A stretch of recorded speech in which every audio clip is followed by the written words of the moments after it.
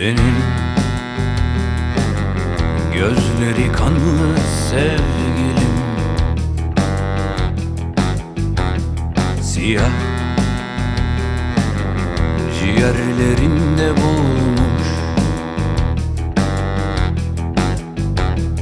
Hayat gerçekten de çok kısa.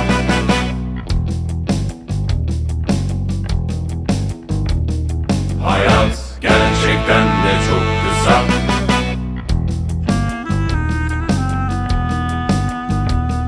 Benim elleri yorgun sevgilim, beyaz gökyüzünde kaybolmuş. Hayat gerçekten de çok kısa.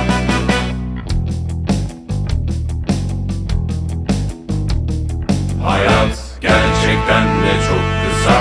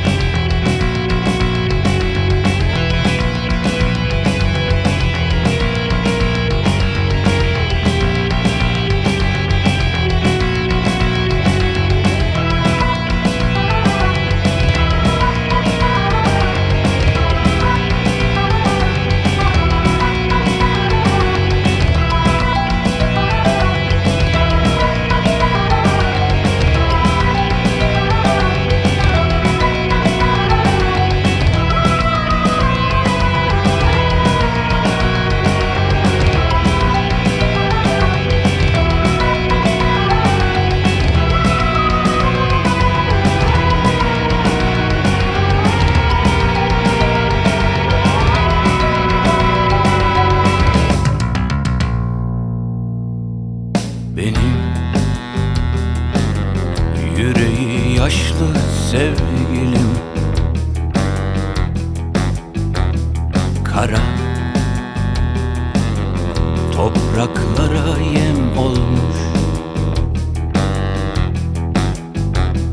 Hayat gerçekten de çok kısa.